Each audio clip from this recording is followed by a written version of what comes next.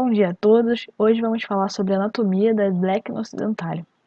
Nosso grupo é formado pela Joana, pela Tamires, pela Luísa, pelo Daniel, pela Carolina e pela Gabriela. A Blackna ocidentália é uma espécie de samambaia que pertence à família Blacknacea e à ordem Polypodiales. A família Blacknacea é uma família que é monofilética e que apresenta em torno de 267 espécies. Além disso, os indivíduos dessa família normalmente são ervas terrestres, mas também podem ser aquáticas, arborescentes, epífitas e escandentes. Já o gênero Blacknum é um gênero que é considerado parafilético e que apresenta em torno de 150 a 200 espécies. Nessa foto aqui a gente consegue visualizar a representante do nosso trabalho, que é a Blackna ocidentália. Em relação aos representantes do gênero Blacknum, normalmente eles são encontrados no sul e no sudeste do Brasil, onde existem 30 espécies. Mas também podemos encontrar nas Américas de forma geral, no leste europeu, no leste asiático e na Oceania. Essas espécies de Blacknum também são encontradas normalmente em ambientes de altitude, que giram em torno entre 1.000 e 3.000 metros, e em montanhas úmidas, mas também podem ser encontrados em florestas e em áreas mais abertas. Nessas fotos aqui, a gente consegue ver outros indivíduos do mesmo gênero, que é da Blacknum. Então, aqui embaixo tem a Blacknum cerulatum, a Blacknum expecante aqui em cima e a Blacknum penna-maria. E é interessante observar a diferença da anatomia entre essas três espécies, que é bem marcante, né? E agora falando especificamente sobre a espécie do trabalho, que é a Blacknum ocidentália. Essa espécie ela ocorre em todas as Américas, Central, Norte e do Sul, e é uma espécie que normalmente é encontrada em planícies, ou seja, uma espécie pediófila.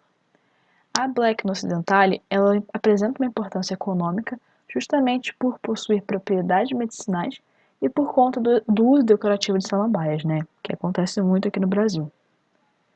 E aqui, mais uma vez, estamos visualizando uma folha, né, da Blackna ocidentália.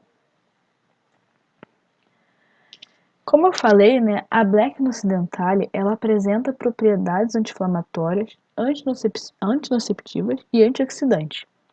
Então, por conta dessas propriedades e por conta dos altos preços dos medicamentos que existem hoje em dia, essa espécie ela possui uma grande relevância farmacológica e ela é muito utilizada por culturas populares. E por conta disso, ela vai possibilitar o acesso das massas economicamente necessitadas a medicamentos fitoterápicos seguros e bem mais baratos do que os medicamentos encontrados. Então, né, a anatomia ela tem uma importância em diversos aspectos para as espécies, e essa importância ela vai estar relacionada com valores taxonômicos e ela também pode interferir na dinâmica farmacológica. Então, a Blackna ocidentália ela vai atuar como um agente taxonômico, ou seja, ela vai ser uma ferramenta para diferenciar espécies do gênero Blackna. E então o Dietrich, em 2005, ele apontou justamente a utilização da anatomia dessa espécie como determinante para distinguir ela em relação a outras, né? Então, nessa figura aqui, a gente consegue visualizar justamente a anatomia externa da Blackna ocidentália, desculpa. Então, né, como eu falei, a identificação de caráteres anatômicos de Blackna é muito importante, né, para a gente conseguir identificar as espécies, mas o Prado e colaboradores, em 2016, eles vão apontar especificamente a importância da anatomia da Pintosporângia. Então, a identificação, então, a partir da anatomia da Pintosporângia, a gente consegue identificar espécies de Blackna. E além disso, né, alguns estudos com outras espécies e outros gêneros, eles vão apontar uma relação entre a anatomia e a farmacologia. Então, você consegue inferir algumas observações importantes sobre a farmacologia de alguma espécie, de algum gênero, a partir da anatomia desse táxon, né? A gente não achou nenhum estudo específico sobre Blackna ocidentália, a gente achou de outras espécies, mas a gente considerou que esse caráter, né, da anatomia na farmacologia pode ser muito significativo para Blackna ocidentália. Então, por mais que a bibliografia a respeito dessas espécies do gênero Blackna seja muito abundante, ainda são muito escassos, né, os estudos anatômicos completos sobre esse táxon. E esses estudos anatômicos, eles seriam muito importantes e diferenciais para essa pesquisa mais profunda acerca de Blackman. E por conta disso, nosso objetivo foi, então, caracterizar anatomicamente os órgãos vegetais de Blackman occidentale. Então, a raiz, o pecíolo, folhas e o caule. O objetivo do trabalho foi a descrição anatômica das lâminas histológicas de Blackman occidentale. Essas lâminas foram excedidas pelos orientadores, com origem na fototeca do laminário do Herbário de Niterói. Elas foram das seguintes regiões: folha, na sua face abaxial e adaxial, borda, região intercostal e nervura central, caule, raque mediano e rizoma, pecíolo e raiz. Agora, a metodologia de processamento ela foi um adaptado de Krauss e Arduin, de 1997. Foram realizados os cortes histológicos manualmente usando uma navalha de aço. Esses cortes foram paradérmicos e transversais. O que são os cortes paradérmicos? Eles são cortes horizontais e superficiais que permitem ver as estruturas externas da planta.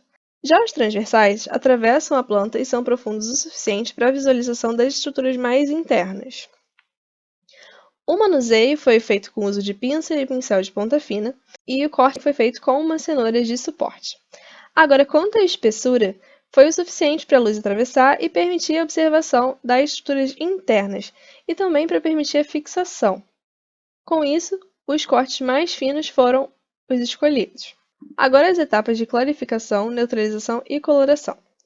Para a clarificação, foi usado o hipoclorito de sódio a 50%. Depois veio o uso da água destilada para a lavagem. Para a neutralização, foi usado o ácido acético a 1%. Depois foi feita novamente a lavagem. E para a coloração, foi feita uma mistura de azul de astra e safranina por 1 minuto. A importância da coloração é para dar destaque às estruturas e facilitar a observação ao microscópio. O azul de astra pigmenta as estruturas com celulose. Já a safranina destaca a lignina. A montagem das lâminas foi também um adaptado de Reuser, de 1972. Os cortes foram postos na lâmina com a solução de glicerina a 50% para manter a hidratação da planta. Os cortes foram postos na lâmina com solução de glicerina a 50% para manter a hidratação da estrutura. A lamínula foi posta com auxílio de uma pinça para evitar bolhas. E por último, o conjunto foi selado com esmalte para manter a hidratação do corte. Oi, eu me chamo Daniel e eu vou falar sobre os resultados do nosso trabalho. Para começar, eu vou abordar sobre a lâmina foliar na sua face adaxial. Analisando o corte paradérmico da lâmina foliar na face adaxial, como mostrado na imagem, observe células de epiderme de paredes anticlinais sinuosas. A sigla CE na imagem representa as células epidérmicas. É toda essa região que eu estou passando com o cursor. E essa linha representa a sua extensão. E a sigla PAS representa as paredes anticlinais das células epidérmicas, que são essas ondulações nas células. Os histômatos, por sua vez, sinalizados na imagem pela letra E, estão presentes nas duas faces da folha, tanto na face adaxial, que como mostrado nessa imagem do slide, quanto na face abaxial, que eu vou mostrar no próximo slide. E além disso, eles são do tipo anomocítico, já que são envolvidos por células de mesmo formato e tamanho das demais células da epiderme, como dá para observar na imagem. Eles são envolvidos por essas células de mesmo formato e tamanho das células epidérmicas.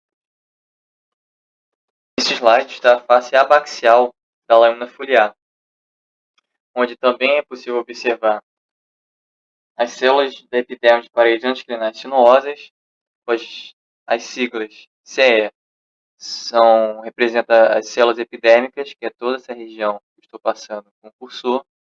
A sigla PAS continua sendo as paredes anticlinais sinuosas, que são essas ondulações nas células epidérmicas. E como eu disse no slide anterior, os estômatos anomocíticos, sinalizados com a letra E, são observados em ambas as faces. Então eles também estão presentes na face abaxial mostrada nesse slide. Outra região da lâmina foliar é a região intercostal. Nesse slide eu vou falar sobre a face adaxial da região intercostal. Na lâmina da região intercostal, em corte transversal da sua face adaxial, como mostrado na imagem, é possível observar a epiderme unistratificada com parede periquinal reta. A epiderme está sinalizada na imagem com a sigla EP. Aqui está a epiderme, como estou mostrando no cursor, e aqui também está a epiderme. No mesofilo, que é toda essa região que eu estou mostrando, cuja sigla é ME, a presença de um parênquima lacunoso, cuja sigla é PL, que é um parênquima clorofiliano com a presença de poucos cloroplastos. E as células se organizam de forma frouxa e irregular, com a presença de espaços intercelulares, como dá para perceber na imagem. Tá? Além disso, no mesofilo, a presença do parênquima palissádico, que também é um parênquima clorofiliano, mas com células ricas em cloroplastos, disposta perpendicularmente à superfície, ou seja, dispostas em fileiras próximas à epiderme. Está aqui. E além disso, essas células são altas e com poucos espaços intercelulares, como dá para ver na imagem. Nesse slide está representada a face abaxial da região intercostal. A imagem mostra o corte transversal da face abaxial da região intercostal, e é possível observar uma epiderme unistratificada com parede periquinal reta. Na imagem, a epiderme é representada pela sigla EP. Aqui está a epiderme. Além disso, é possível observar câmeras subestomáticas nos espaços presentes no mesofilo. O mesofilo é toda essa região que eu estou delimitando com o cursor. E os espaços nesse mesofilo são chamados de câmeras subestomáticas, que na imagem estão sendo sinalizadas pela sigla CS. Aqui está uma câmara subestomática. Outra região da lâmina foliar é a região do bordo.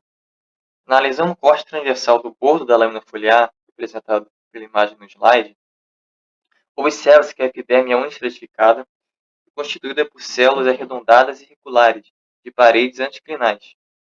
Na imagem, a epiderme é representada pela sigla EP. Aqui está a epiderme. E as células arredondadas e irregulares, de paredes anticlinais, são essas daqui. Dá para perceber o contorno arredondado. O corte realizado nessa região apresenta camadas celulares sobrepostas, dificultando uma melhor análise da estrutura do bordo.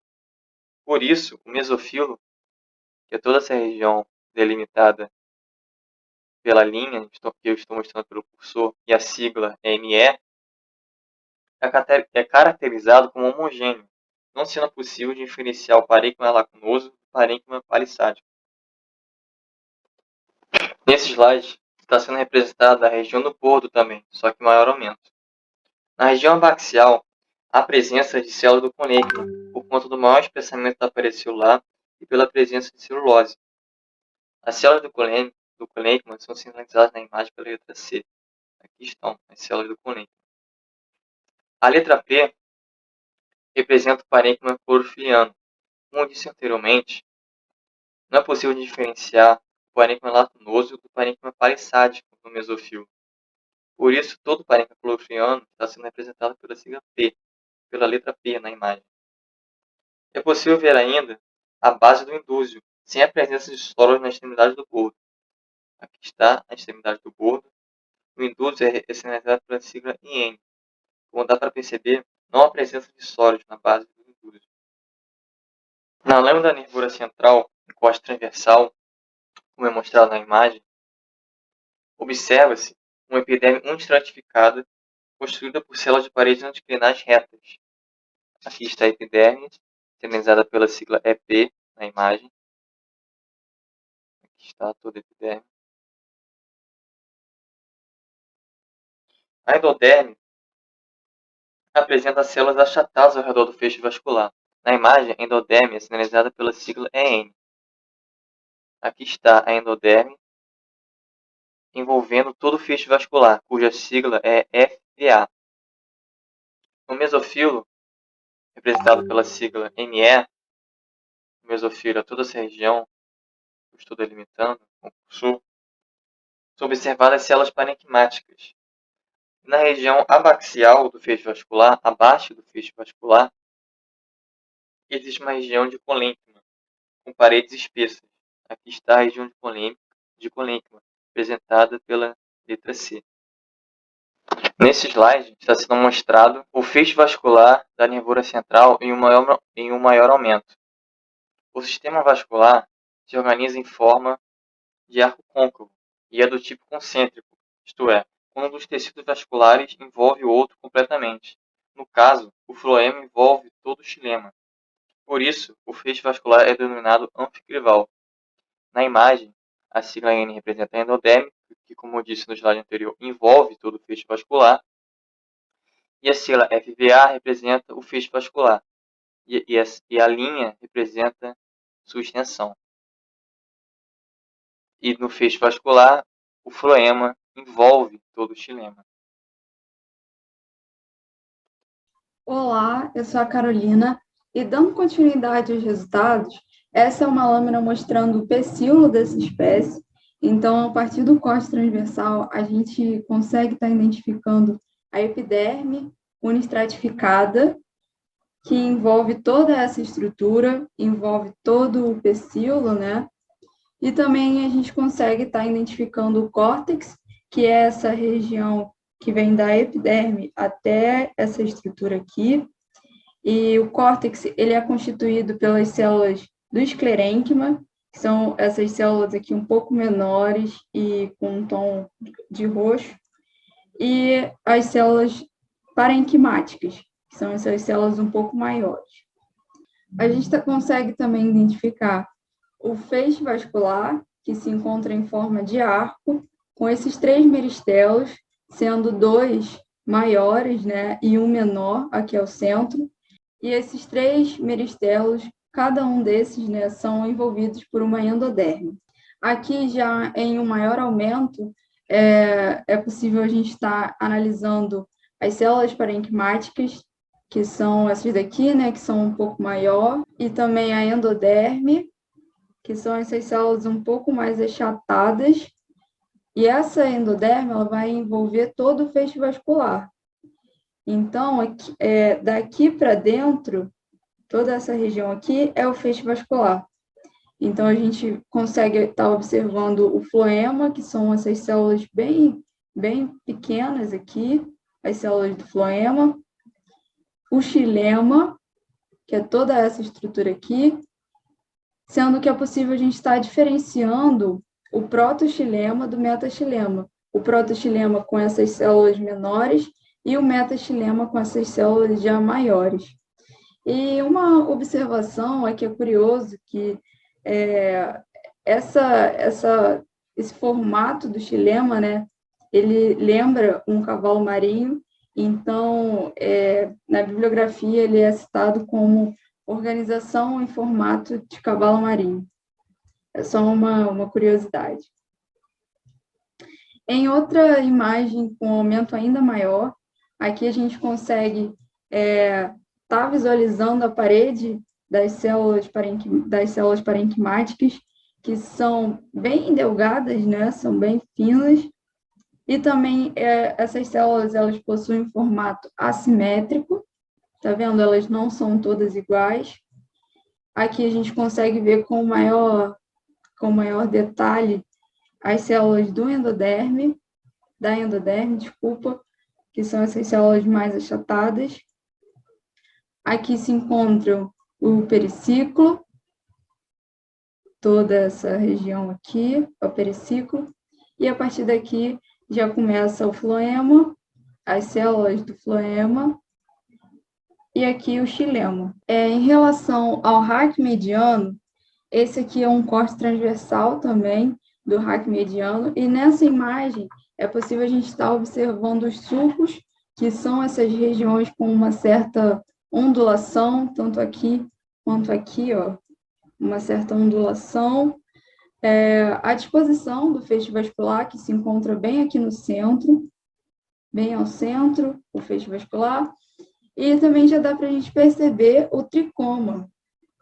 No raque mediano, ele possui os tricomas aceculares. Então, vou estar mostrando o maior aumento para a gente estar observando com mais detalhe toda essa região aqui. A gente consegue identificar o tricoma acicular, que eu tinha dito, a epiderme, que reveste todo o raque, assim como o pecíolo. Há uma epiderme que reveste toda a estrutura. Aqui a gente consegue identificar o esclerênquima, que são essas células um pouco menores, e aqui o mesofilo. O mesofilo ele é formado pelas células parenquimáticas. Agora, focando no feixe vascular, pode-se observar que é organizado em forma de arco e é revestido por uma endoderme. Uma endoderme, então, reveste toda essa região aqui, que é o feixe vascular. A gente consegue estar identificando o floema, que são essas células aqui bem menores, com azul um tom mais claro, e também o xilema, que é toda essa região que eu estou passando o cursor. A gente também consegue estar observando e diferenciando o metaxilema do protoxilema. Então, o protoxilema são essas células um pouco menores, enquanto o metaxilema são essas células já maiores. Além do feixe vascular, né, dessa região, nesse aumento a gente também consegue estar observando melhor o mesofilo, que é constituído pelas células parenquimáticas. Aqui embaixo, o esclerênquima, são essas células um pouco menores. E, enfim, a epiderme, que vai revestir toda a estrutura. Em relação ao rizoma, em um corte transversal, a gente observa a epiderme unistratificada, que também vai revestir todo o rizoma.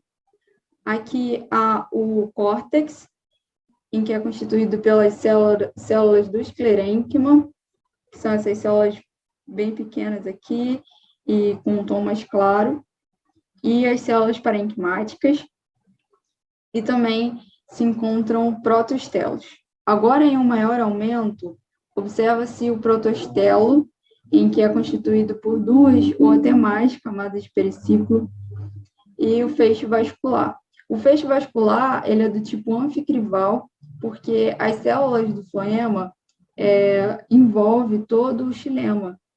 Se a gente observar aqui, as células do floema são essas células azul, com tom azul um pouco mais claro, e que vai envolver todo o xilema. E o xilema é toda essa região aqui.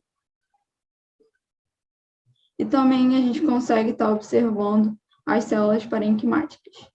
Em um maior aumento na região em que há as células do esclerênquima, além da gente observar, né, essas células, é também possível a gente perceber uma certa concentração de lignina. Então, essa lâmina é basicamente as células de esclerênquima e a concentração de lignina. E, por último, temos a raiz, que nesse caso também foi realizado um corte transversal, e com isso foi possível visualizar a epiderme simples, revestindo toda a estrutura, toda a raiz, né? E também tricomas nas extremidades. Na região cortical, é possível a gente estar analisando o parênquima, que são todas essas células, que são as células parenquimáticas. Aqui, as células do esclerênquima. Aqui tem uma região em que nessa lâmina não está tão visível, mas há uma endoderme. Na próxima imagem vai ser possível analisar melhor. Então, aqui há uma endoderme. E após a endoderme, nessa imagem, a gente consegue reparar que o feixe ele se organiza de forma concêntrica e também é anficrival, ou seja, o floema ele envolve, né, todo o xilema. E, além disso, a gente consegue estar reparando, né, estar analisando essa diferença de tamanho também, onde aqui há protoxilemas, são essas células menores, e aqui o metaxilema, bem ao centro. tem um maior aumento, além do xilema, do floema, da endoderme, que é toda essa estrutura aqui, com células um pouco mais achatadas. É válido a gente estar destacando que também nessa região há o periciclo. Embora não seja visível tão claramente, ele possivelmente se encontra bem aqui assim nessa região, próximo ao floema. Essas células são as células do esclerênquima. Toda essa região aqui é formada pelas células do esclerênquima e aqui as células parenquimáticas. Bom dia, meu nome é Tamires e eu vou falar sobre a nossa discussão. Bom, ela foi feita com base em observações das características, né, apresentadas por Blacknum occidentale e entre outras espécies do mesmo gênero, como Blacknum brasiliense e Blacknum cerulato, e também com outras famílias próximas a Blacknácea. A gente também usou aspectos taxonômicos, anatômicos e ecológicos, né, na elaboração da nossa discussão.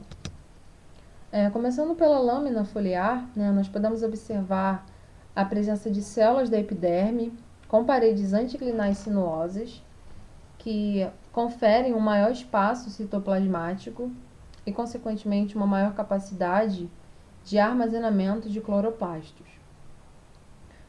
Alguns estudos, né, acreditam que o ambiente em que a planta se encontra esteja relacionado com a presença dessas paredes anticlinais sinuosas. Porém, como foi visto ao longo da elaboração da nossa discussão, outras plantas também de habitat sombreado apresentam células epidérmicas de contorno reto, ou seja, a gente não pode associar a presença de paredes anticlinais sinuosas de Blacknum occidentale ao seu habitat de bosques úmidos. Já em relação à disposição dos estômatos da lâmina foliar, eles vão ser do tipo anomocítico, que é uma característica considerada comum a outros 85 gêneros do supergrupo Pteridophyta. E esses estômatos eles vão estar presentes tanto na face abaxial quanto na face adaxial, dando essa impressão aqui que eles estão dentro da célula, porém eles estão sobre ela, não dentro. Outra característica também comum aos pteridófitos no geral é a presença de uma epiderme fotossintética. E analisando essas células, né, da epiderme, nesse corte paradérmico, a gente nota a presença de alguma estrutura armazenada no seu interior, né, esses pontos assim mais escuros. Porém, após o processo, né, de fixação e coloração da lâmina, a gente não pode dar essa certeza de que sejam cloroplastos. Além disso, foi observado em outros trabalhos a presença de tricomas tectores, né, nessa família de Blacknum occidentale, porém eles estavam ausentes na lâmina que utilizamos. Bom, ainda na lâmina foliar, né, na região do bordo, foi possível observar que o mesofilo ele não se apresenta de maneira heterogênea, né, como é apresentado em outros estudos de Blacknum occidentale. Pelo contrário, ele vai se apresentar de forma homogênea, não sendo possível diferenciar o seu parênquima clorofiliano entre parênquima palissádico e parênquima lacunoso. Dessa forma, nós consideramos apenas a presença de um parênquima clorofiliano nessa região. Entretanto, essa visualização ela pode ter sido comprometida tanto pelo corte realizado ou até mesmo pela qualidade da lâmina. Foi possível observar ainda a presença da base do indúsio na extremidade do bordo, mas sem a presença de soros, né, o que indica que o material utilizado estava fértil, e também pode indicar um padrão na produção e liberação dos esporos, né, como apresentado em outro estudo. Blacknum occidentale teria um padrão síncrono com a produção e a liberação de esporos na mesma época, o que pode indicar uma perda no aproveitamento desses esporos, né, diferente do padrão apresentado em outro gênero, que seria Blacknum brasiliense, que conferindo um maior aproveitamento dos esporos, tendo essa liberação de maneira assíncrona, ou seja, em diferentes épocas. Podemos citar ainda um estudo, né, realizado com Blacknum occidentale, que apresenta uma adaptação a esse tipo de padrão síncrono, uma vez que a reprodução mais observada foi a vegetativa em ambientes desfavoráveis, o que pode expressar ainda a influência dos fatores ambientais na reprodução dessa espécie. Aqui a gente consegue ver a lâmina da região do bordo, com as epidermes bem diferenciadas, e o mesofilo apresentando, de forma homogênea, não sendo possível diferenciar. Já aqui nessa lâmina de outro estudo, a gente vê um mesofilo heterogêneo, sendo possível diferenciar o parênquima palissádico do parênquima lacunoso. E aqui nessa outra lâmina a gente tem a presença do indúsio junto com os soros, e também um mesofilo de uma forma mais heterogênea, sendo possível diferenciar o palissádico do lacunoso.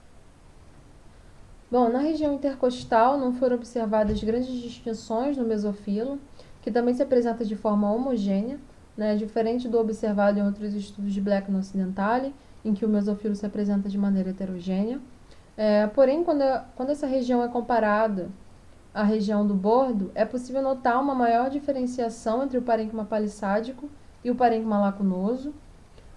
Dessa forma, não é possível dizer, com base no material utilizado, se o parênquima lacunoso e o parênquima palissádico permanecem mais heterogêneos na região intercostal, não alcançando o bordo, ou se a visualização foi comprometida pela qualidade da lâmina nas duas regiões. É possível ainda observar a presença de câmaras subestomáticas, que são localizadas na região abaxial da lâmina foliar. Aqui a gente tem a possível diferenciação do parênquima clorofiliano em parênquima lacunoso, em que a gente consegue ver as células parenquimáticas mais espaçadas. E aqui o parênquima seria o parênquima palissádico. Olá, bom dia. Eu me chamo Joana de Oliveira. Eu vou conversar um pouco agora com vocês sobre a discussão da nervura central. Os caracteres observados sobre essa estrutura já foram comentados com vocês nos resultados.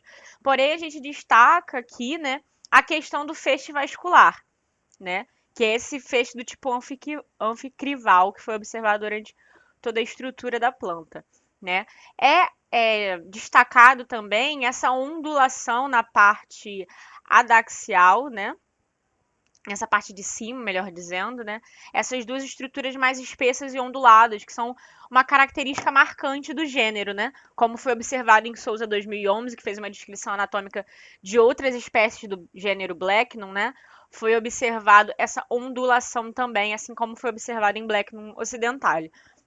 A gente percebe que o mesófilo ele é bem homogêneo, ou seja, essa parte aqui interior, ele é bem homogêneo, apesar da lâmina não estar tão clara para essa observação, mas foi visto isso, A gente viu a epiderme estratificada e todas as demais características, são comuns do gênero, Mas a grande questão a se destacar é essa ondulação na parte de cima. Bom, agora em relação à discussão do pecíolo, vale destacar que as suas características relacionadas à sua epiderme estratificada, como é observado aqui, e a sua organização dos meristelos, esse meristelo do tipo anfiquival, onde o floema ele envolve por completo o xilema, ela é comum às espécies do gênero, como foi observado em Souza em 2011. Porém, já a sua organização do meristelo é um possível caráter taxonômico. Por quê? Aqui nós temos dois cortes de diferentes espécies, Aqui a gente tem a Blacknum occidentale e aqui a gente tem um corte da Blacknum cerulato, ambos na parte mediana do seu pecíolo, e observa-se essa diferença na quantidade de meristelos. Já na Blacknum occidentale você percebe 3 meristelos, Já na Blacknum cerulato você observa 5. Então, podendo ser um possível caráter taxonômico essa quantidade de meristelos, E é observada também, de acordo com os Scott, como foi descrito em Souza 2011, uma diferenciação da quantidade conforme você vai ou subindo para a parte mais apical ou descendo para a parte mais basal, Isso destaca, a importância taxonômica do sistema vascular para as samambaias, Como já foi observado em Ongura, em 1972, e em Gração, em 2011, Então, vale destacar isso, Vale destacar também a organização, né, do pecíolo que é em mais camadas, do pecíolo não, perdão, do periciclo que é em mais camadas, né, como foi observado lá nos resultados, porém, infelizmente, devido à qualidade da lâmina e à qualidade do zoom, né, enfim, os materiais que foram observados, não foi tão possível ver. Porém, é muito interessante destacar esse periciclo em mais de uma camada, que é característico da Blacknum occidentale, né? Ou melhor, característico do gênero, porque essa característica também foi encontrada em algumas outras espécies do gênero, né? Esse periciclo um pouco mais espesso, apesar de não ter sido observado no nosso trabalho. Bom, e agora em relação à discussão do hack mediano, né? É muito interessante e a grande questão que foi vista no hack e que vale destaque é a localização dos meristelos e a sua quantidade também. Assim como observado nos pecíolos, né? A gente percebeu que há diferentes números de meristelos dependendo da onde você corta, né? E mesmo no mesmo plano de corte, diferentes quantidades em diferentes espécies. Por exemplo, aqui na imagem 2, a gente vê 3 a 4, né, sendo um em fusão com o outro, meristelos na Blacknum cerulato. Já se a gente observar, tudo aqui hack mediano, tá? Essas imagens foram obtidas de Souza 2011. Já que na imagem 3, a gente vê 5 meristelos em Blacknum brasiliense. Já na imagem 1, que foi a espécie do nosso estudo, a gente vê possivelmente 3 meristelos se unindo em um só, né? E isso traz a ideia de uma possível fusão dos meristelos, né? Como foi descrito em Souza 2011, aonde se percebiam nos cortes mais basais, né? Mais meristelos em Blacknum occidentale foram observados 3, assim como no pecíolo, que é mais basal, né?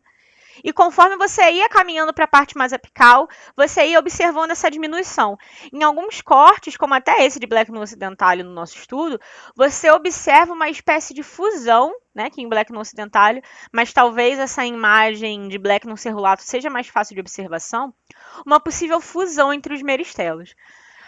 Quanto às suas características em relação à sua epiderme e as suas outras estruturas, né, tudo se mostrou muito comum entre os gêneros de um modo geral, não havendo grandes diferenciações. Abre-se de novo um grande destaque para o sistema vascular como um grande diferenciador taxonômico.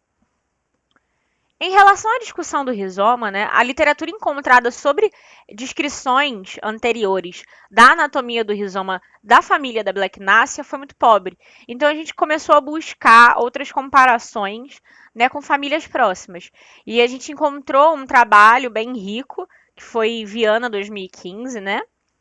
Se vocês quiserem maiores informações, tem as nossas referências bibliográficas, né, que descrevem de forma bem abundante a anatomia de rizomas da família Dentstatiaceae. Perdão, minha pronúncia não é muito boa. Mas enfim, continuando. Essa família que está escrita aqui.